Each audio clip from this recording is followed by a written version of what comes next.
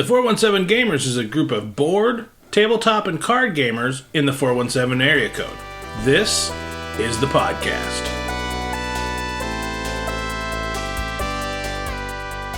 Welcome to the 417 Gamer Podcast, episode 58, the one with my score tracker.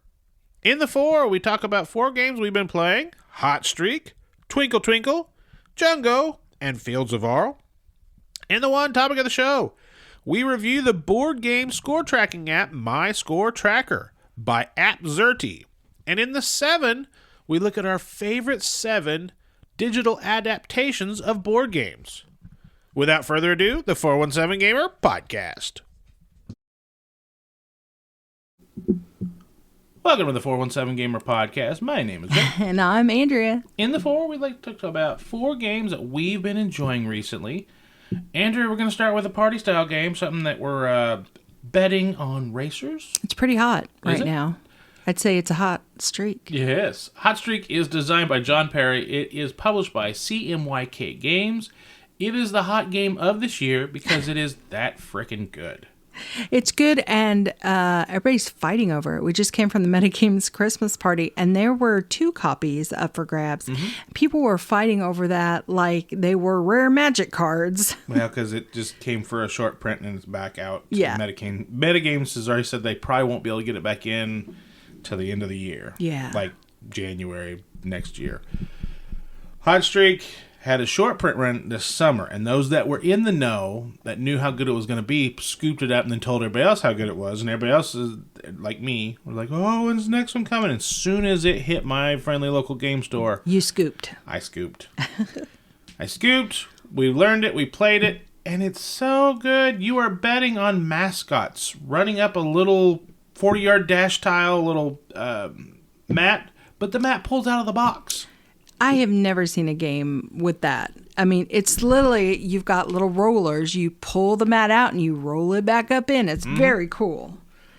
And the mascots are kind of like knockoff mascots. You have Dangle, who is an anglerfish. You have Mum, who is like a Queen of England style mascot. You have Gobbler, who's a big bear. And then you have... Hot Dog. I forget the hot dog's actual name. Yeah, just call him Hot Dog. Yeah. So, the way it happens is you'll deal out some cards of movement, and everybody will get to see it. Then everybody has to draft betting tiles, whether they're betting on individual mascots or there's always a side bet. And the side bet could be, do you think a mascot's going to get disqualified this round? Do you think 2 mascots will have fallen down at the same time? Do you think 2 mascots will be at the finish line at the same time during the race? And those have yes or no tiles. There's 3 tiles to every stack, including 1 for each of the 4 mascots. This plays up to 8 players. Mm-hmm. So the more players you have... And we've played it at 8 too, and it was very enjoyable. The more tiles that are going to have to be taken that nobody actually wants. Mm-hmm. But then again... those may be the ones that win. Because you never know. It looks like it's like if you close your eyes and imagine mascots just who can't see very well out of their costumes, and the gunshot goes off and they start running and they bump into each other and they start running the wrong way or they trip over each other. It's fantastic. It's fantastic. It's funny. And you'll run 3 races. All the players are also given a hand of cards that at each race they're going to insert a card into the race, so they'll have some agency. What did you... someone referred to it as a type of stock manipulation game in that you can kind of control... It's a closed market. It's a closed... And by what that meant is you know all the cards that are going to make up the movement deck except for the 1 card everybody's going to insert into it.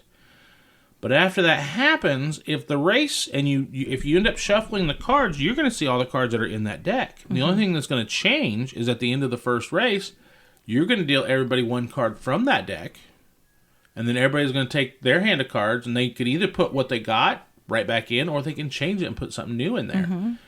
But you're not going to go back to the original draw deck and put anything new. So for the 3 races, all the cards that are in the player's hands in that movement deck, that's all that's there. So it's a closed market. So you have an idea of what's going to happen, but you can't bet on it. And shuffled up, so you don't know when it's going to happen. Because so one of the races we had Mum, and she had a turnaround card. And it ran her off the track once, but it also... She got the win. She did. So you don't know. You truly don't know. But after she ran off the track the next round, nobody wanted to bet on Mom except for like one person, and they made out like a bandit. They did. But great game. If you have a chance, if you like laughing and you like betting on racing games, it's a funny version of Ready, Set, Bet. Yeah. Ready, Set, Bet has more tension and excitement. Hot Streak has more laughs. I agree. The next game we're going to talk about is it's a card shedding game, and apparently it's kind of themed off of another game. The art is similar to Trio, but this is Jungo. Jungo is designed by Takashi Aro, and it's published by Happy Camper Games. We were told that... Well, okay, not told. We watched some videos and listened to some podcasts, and somebody said that this was a replacement for Scout Forum. I disagree with that. I mean, it is similar to Scout in that you can't rearrange your hand and you're trying to, play a bigger hand than the previous, but you're not collecting tricks. No. You don't get to flip your cards around. It's lighter than Scout. But I like Jungo for the way it can play. It can play even easier during the holidays. If you feel like the people that you play with Scout would be too much for them, then get Jungo. Yeah. Jungo's a fine game.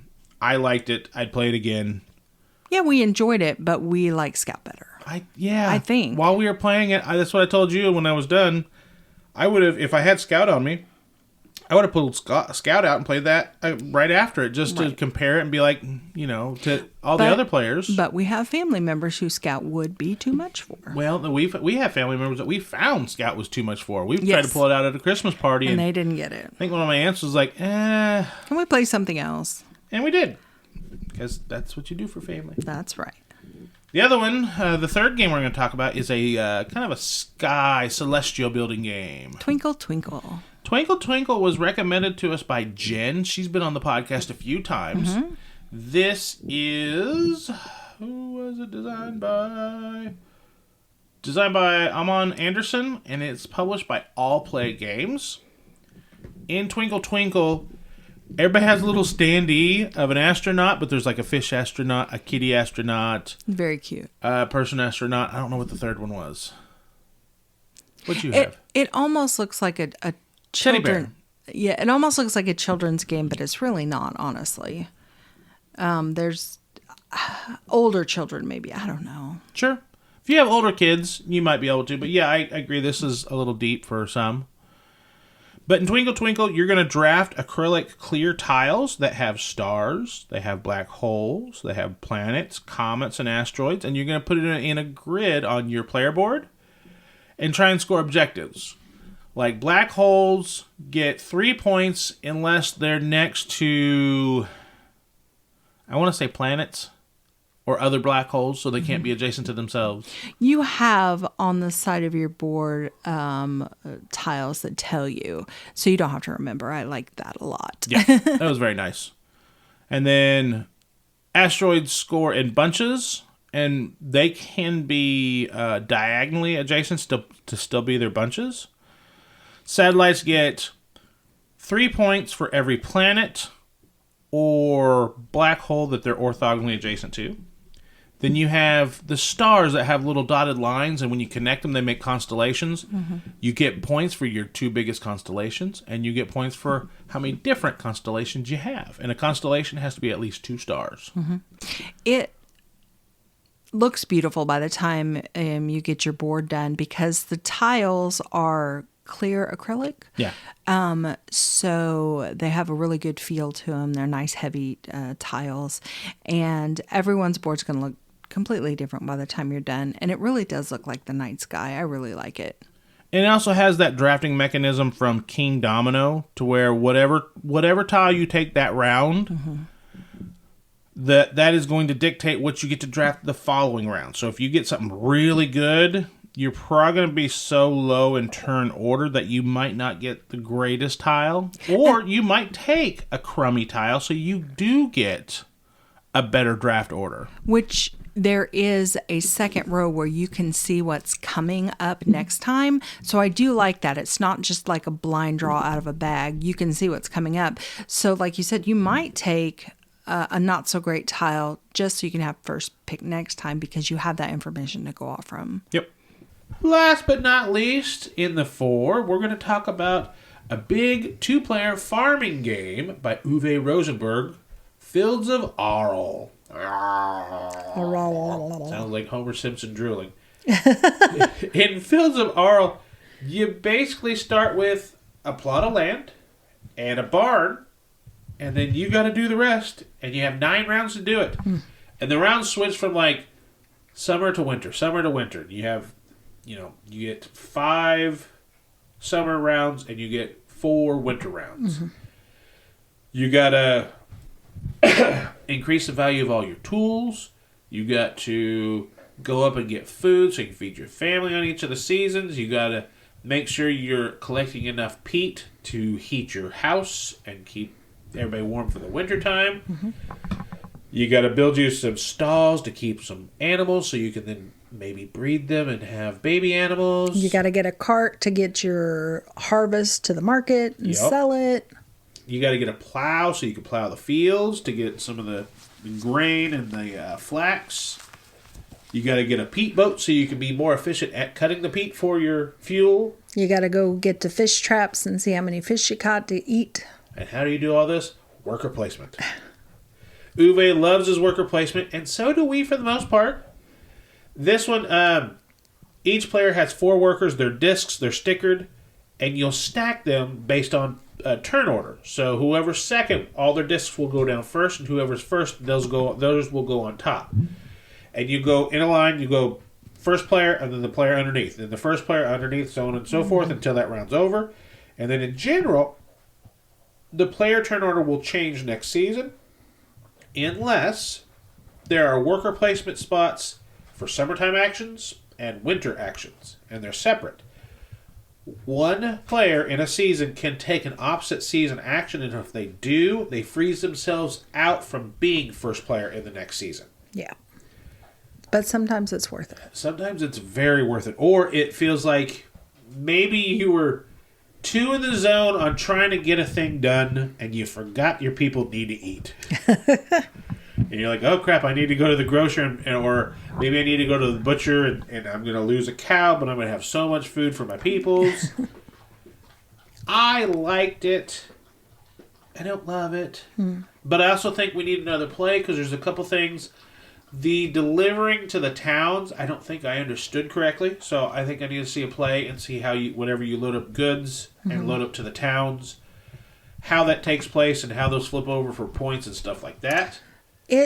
I feel like there was a lot there, compared to, say, viticulture, another worker placement farming type game that we play.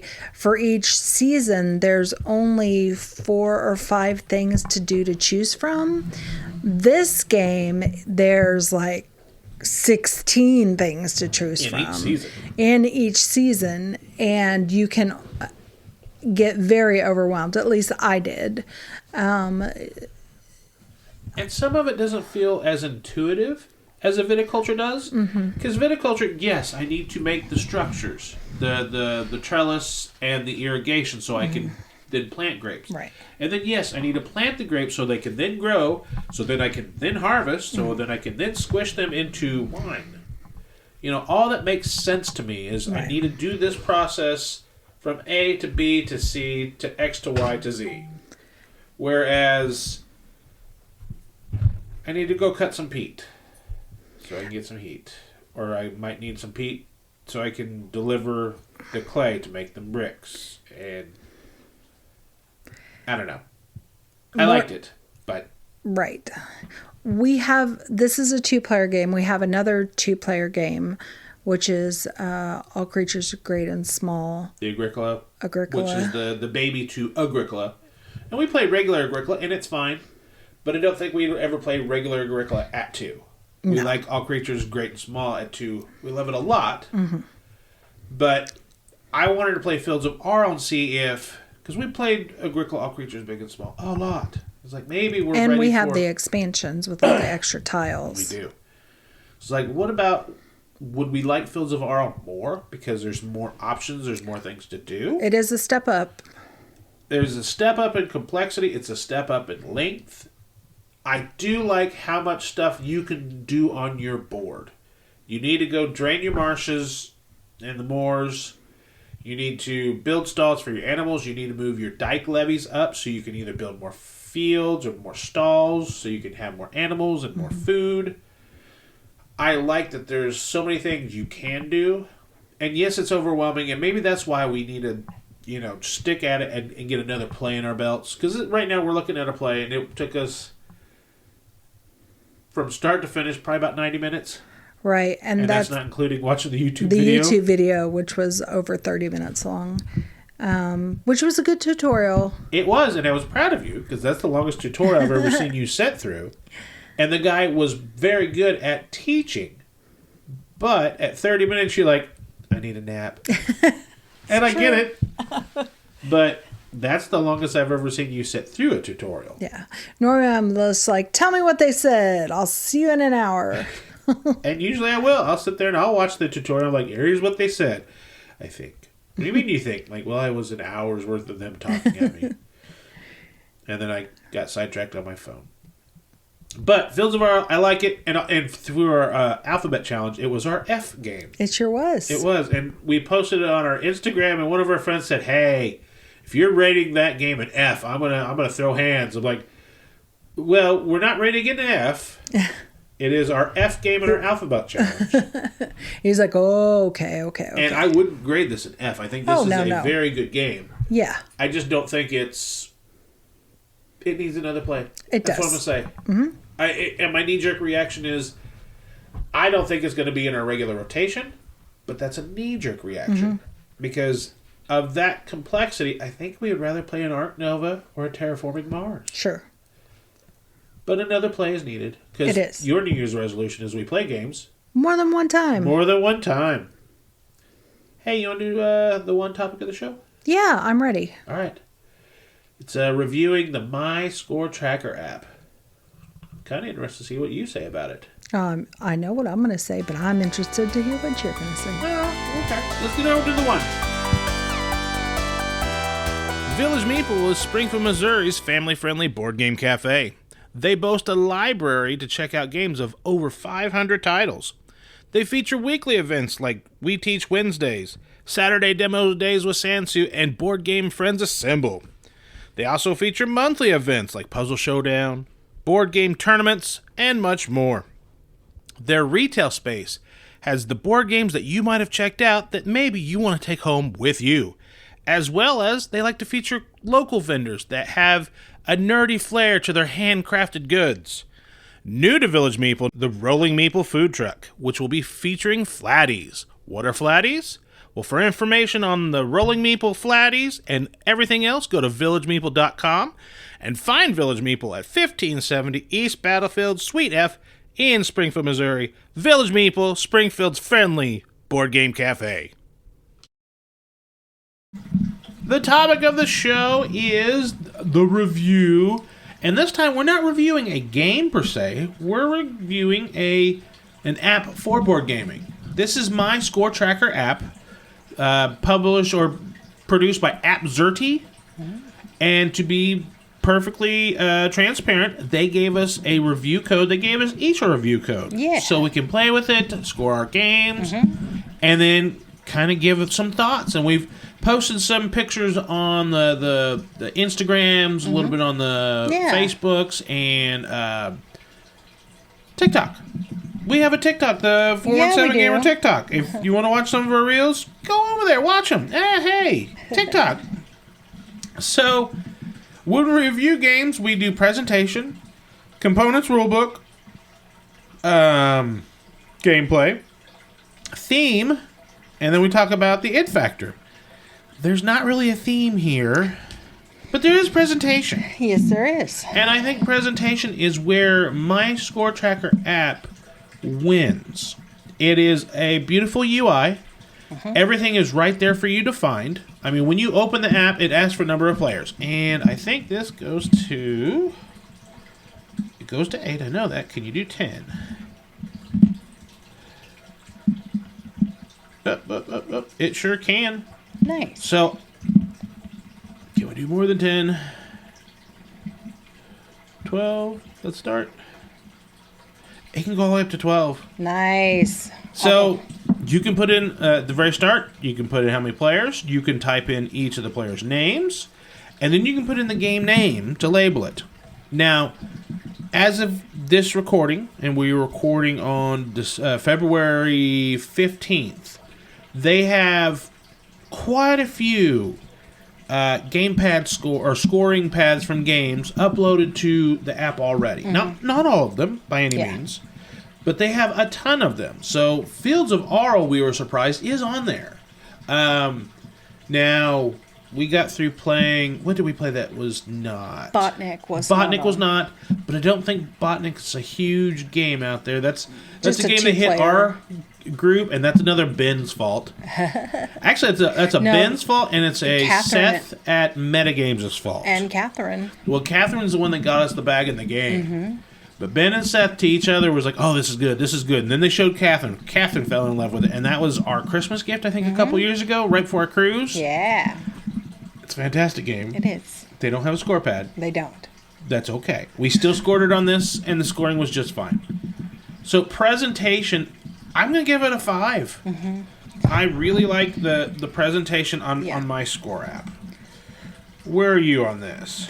I'll give it a 4.5. I do like how vibrant the colors are, and I really, really like, even for a high player count, that the text is big. Yeah. So where I don't have to put my glasses on to be able to see what it says. Yeah.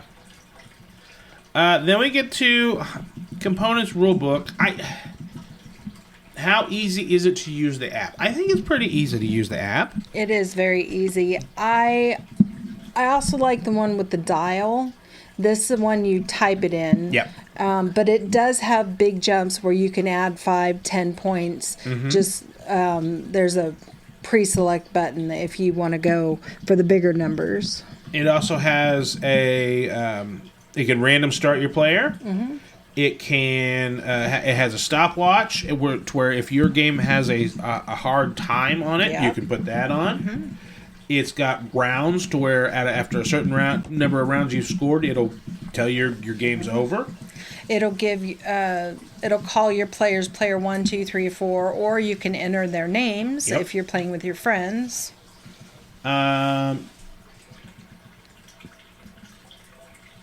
Yeah, and it'll give you long stats of tracking eventually if you use it more and more. So, components and rulebooks, I'm just going to go functionality of the system, but we'll put that under components and rulebooks. Yeah, easy to use. I'm going to say this is very easy to use. I'm going to give it a 4. Yeah, I was going to go 4.5. I thought it was easier to use than that. Gotcha.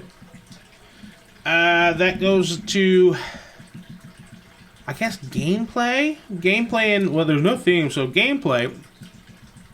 We've already talked, it's pretty easy to use. I mean, do you like using it?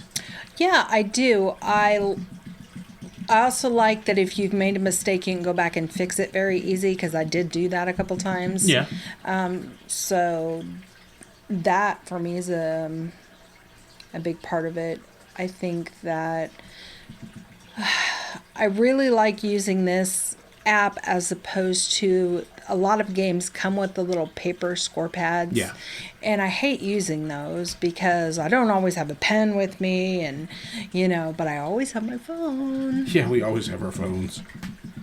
So, if you just like how you like being able to use it, what do you rate it there? I'd say I'm going to give it a 4.25. Okay. I'm going to give it a 4.25 as well. I think it's very easy to use. I like using it. It's easy to add up scores. Now, if you got into bigger games with bigger money amounts, there might be some adjustment there. So, like, Chinatown's you're working in the thousands and millions of dollars. Same thing if you played like QE, if you were going to add stuff up. Right. But that's a little quibble there. And the last one is going to be it factor. How much do you want to use this over your other board game scoring apps?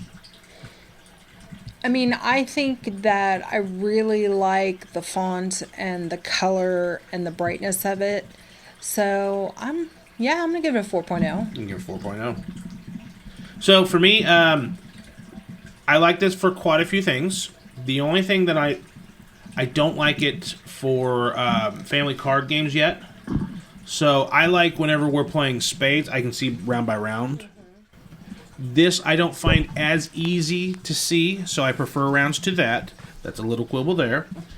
They are adding more and more score pads, so if your game isn't on there, they're very engaging on the social media. Say, hey, would love to see this on there. And the app's 99 cents. I mean, chuck them $1. If you like the way it looks, chuck them $1. The it factor, I'm going to continue using this app. I very much appreciate them giving us a preview or a view copy. Yeah. And I'm going to continue using this one because it's nice, it's easy to use, it's intuitive. Yeah, me too. So, the way we grade this is we add up the numbers and then we divide by possible amount of points. Since we don't have a theme here, there's only 20 points possible.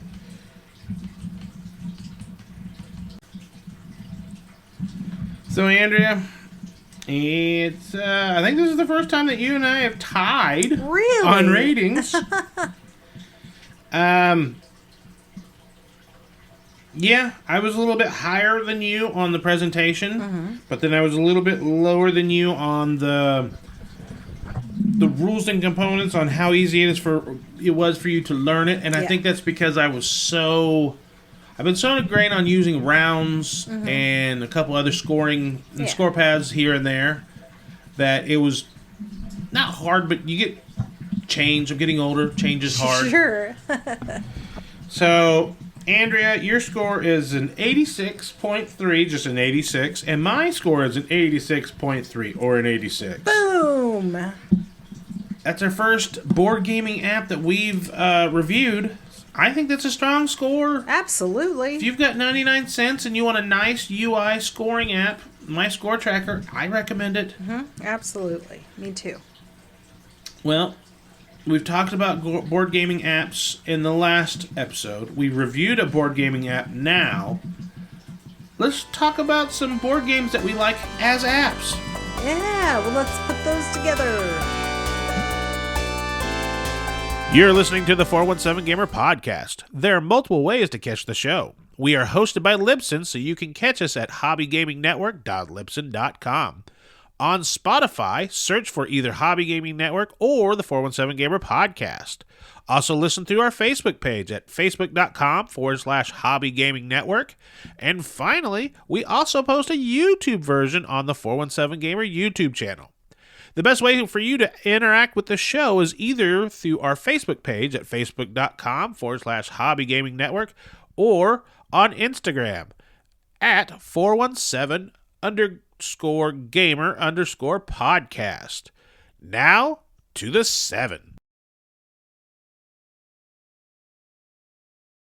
In the 7 of the 417Gamer podcast, we like to do a top 7 list, 7 of our favorite in a given category, or just 7 of a given category. We are looking at 7 of our favorite board games as apps. And we'll talk a little bit right after our 7. Or actually, let's talk about it now. Any of the games, do they completely replace the physical for you, or do they replace the physical in large part? I don't know that they will ever completely replace the physical, although we have talked to friends who have some games that it has. They've gotten rid of the physical and they only play the app now. I don't see us doing that. Maybe on Ganshon Clever, possibly, but I do like that dice roll. I do I too. like how feeling the roll. In fact, some of our friends from the I think it's on hiatus. I hope it's not gone forever, but our friends from the Mix 6 podcast Spencer, he was like, I only ever play the app. We got him to actually play the physical game, and he's like, oh, this is really good. I said, yes, it is really good. And I'm spoiling one of ours, but once he played it, I don't know if I think he got himself a copy, but I don't know if he ever continued playing it. Mm-hmm. But I know he was at least receptive to the fact that the physical game was as good as the app. It's just you got to have time and people available to then play it. Yes. Now, I will say there's one game that did not make our list that has replaced the physical, and that is Through the Ages. It's a Civ-themed game. It's card management. You're building a tableau of cards that give you resources and give you victory points and blah, blah, blah. And it's a very fun game. It's a very sound game. It's designed by Vlaada Chvátil, which I've said many times is the designer that impresses me the most, because he did Codenames, and then he did Galaxy Trucker. He did Bunny Bunny Moose Moose, and then he did Through the Ages. He did Dungeon Lords and Dungeon Pets, and then, he's all over the place with his styles. Most designers, you're like, oh, that's a Stefan Feld, that's an Uwe Rosenberg. They have certain styles of games, like, that's what they do. Vlaada Chvátil, he's just everywhere. And I like seeing what he does. I don't like all of his games. Like Mage Knight, I detest Mage Knight. But I recognize that it's a good game. It's just not for me. Sure. But I think all 7 of these games we would still play in physical copy. And in fact, we do. We had one or two of these on our top 10, or our 10 for 10 last year. Yeah. Andrea, our number 7 is Patchwork. Patchwork. We still pull out a couple times a month, maybe a year. It's in our rotation of 2-player games. It sure is. But I will say that us doing even a pass and play on a tablet, there's a lot of pieces to Patchwork that can easily get knocked off a table. Or if we're on vacation or something, that's a lot of pieces to keep track of. Yeah. It goes quicker on a pass and play. It does. But I will say, it is harder to plan 3, 4, 5 turns in the future, because there's a couple pieces you and I both try and go after, and in the app you can only see so much before you can spin the pieces around, but trying to keep that in your head versus it being statically on the table, right? Different. But number 6 is Scythe. This is probably for me solely. Yes. I play the crap out of this. I have hundreds of plays, and that's not and I've played it, what is it? There's 2 ways to play. It's not real time. It's turn-based, but it's basically you put your turn in, and you come back to it and play as you can. Right. Play with people sometimes, but more likely I'm playing it with the computer on a lunch break, or while we're in, at game night waiting for people to set stuff up, or, around the house. While I'm taking a quick break, as we're doing remodels on the house, I zip some boards down, I carry some stuff, I do this, that, and the other. I'm like, I need a sparkling water and a scythe, and I do it. Number 5. Obsession. And this one's all you. It is. I was surprised how much I like this game. You knew I would like it. Oh, yeah. Before I ever played it. Downton Abbey the game? Yeah, you're going to like this game. But the app version also very good. I like that. It does all the upkeep for you. Yes, that's exactly what I was going to say. Because there are a few games where I like, where if you start to do something that you're not supposed to do, it says, you can't do that. You don't have the right ladies in waiting. Or it's like, oh, I probably would have missed that if I was playing the real game. Your status isn't high enough to host that room, madam. Right. Like, I might have been able to play that, not on purpose cheating, but you looking at me like that, not sir. on purpose cheating. Sorry, sir, we are not on purpose But on the cheating. other side of the table, you can't see like, you don't have a level 4, kind of a thing. Yeah. But I like, because there are so many requirements to make a move in Obsession, then this helps keep me, I forgot. I had to have that to do that kind of a thing. Yeah. You said level 4. That leads us into number 4. It is Encore or Knock Mob. This is a roll and write game, and we often play the pass and play version on either my phone or a tablet. Mm-hmm. In Knock Mob, you're going to roll 4 dice. 2 dice that are colors, and 2 dice that are numbers. And that tells you what color and how many boxes you can check off that are adjacent of that color. Mm-hmm.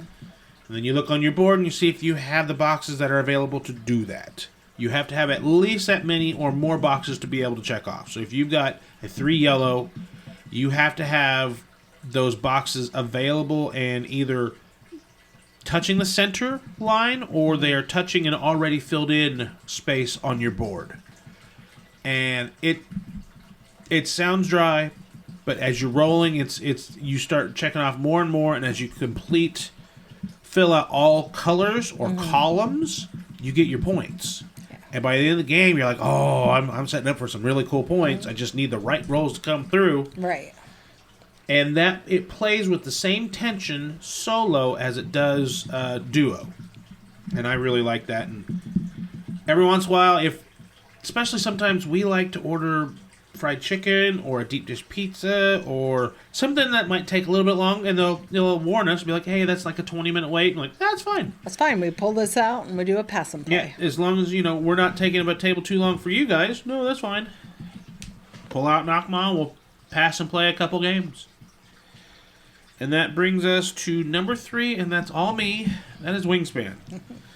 Although I play Wingspan, the board game, with you all the time. Yes, I don't have this app downloaded. No, and it's probably for the best because I play the crap out of Wingspan, and I bought all the expansions that are available for the Wingspan.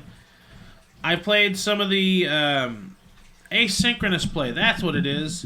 I take a turn, I wait for other people to take their turns.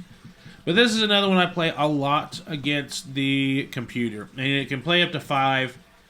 And in person, I don't know that I would care to play a Wingspan at 5 unless every single person knew the game. On the computer, all the computers kind of know the game, and it has several difficulties. It's got easy, medium, and hard. That's several. There's 3 difficulties. Hard kicks my butt. Medium, I hold my own, and then sometimes I just want to kick the crap out of the computer, and I take it down to easy and see how high I can run up the score. The cool thing is, on the higher player counts, those birds that do the in-between round things, more often can they happen. So you have your birds that will lay eggs if somebody takes the lay eggs action between your turns. Right. Or you have some of your vultures.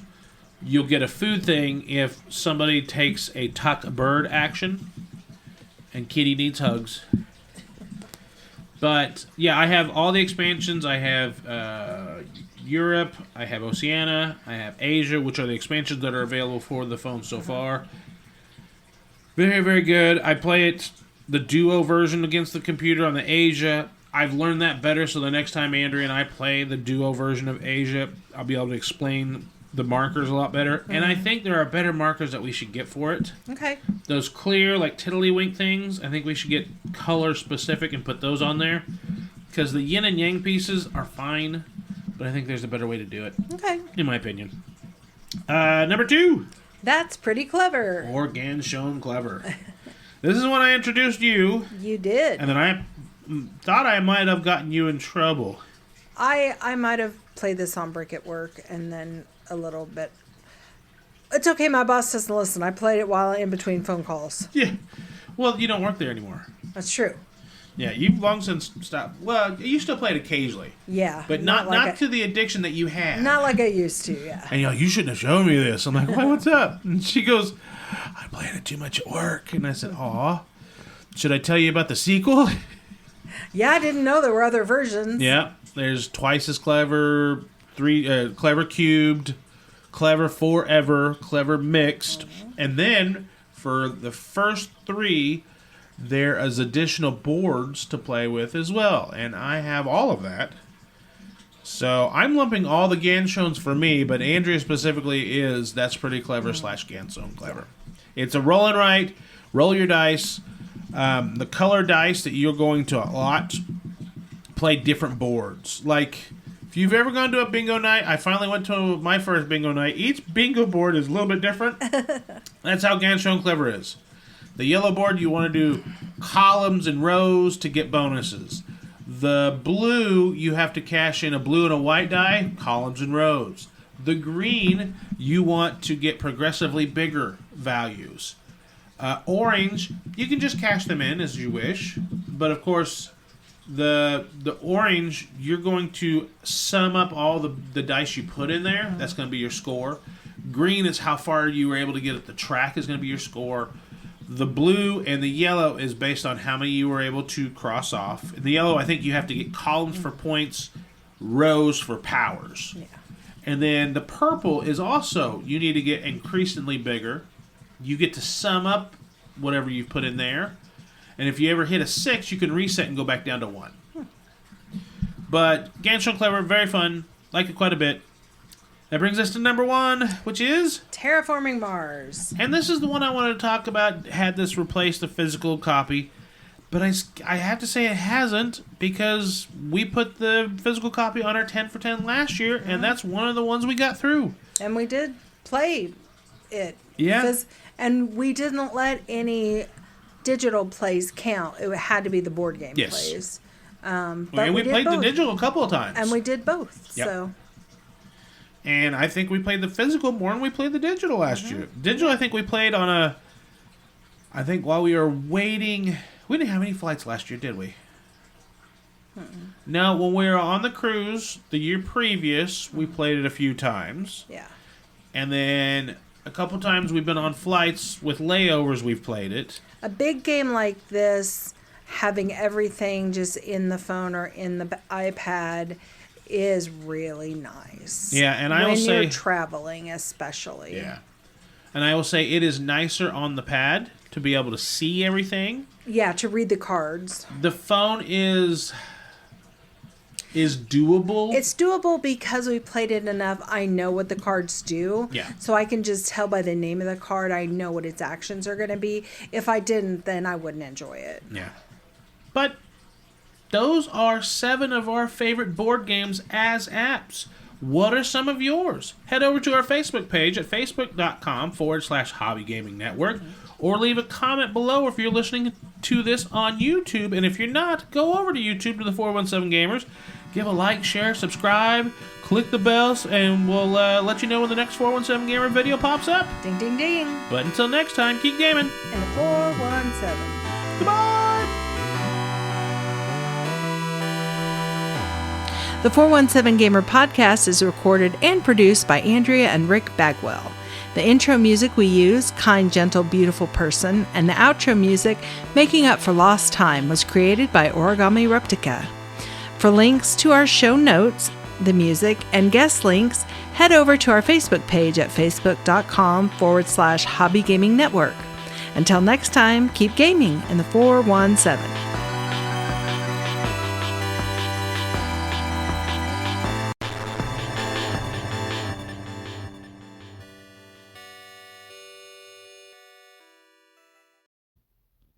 Moon City Con is back with the same price. Moon City Con 2026 Ampere's Meeple Among Us is taking place August 14th through the 16th at the Hilton Garden Inn.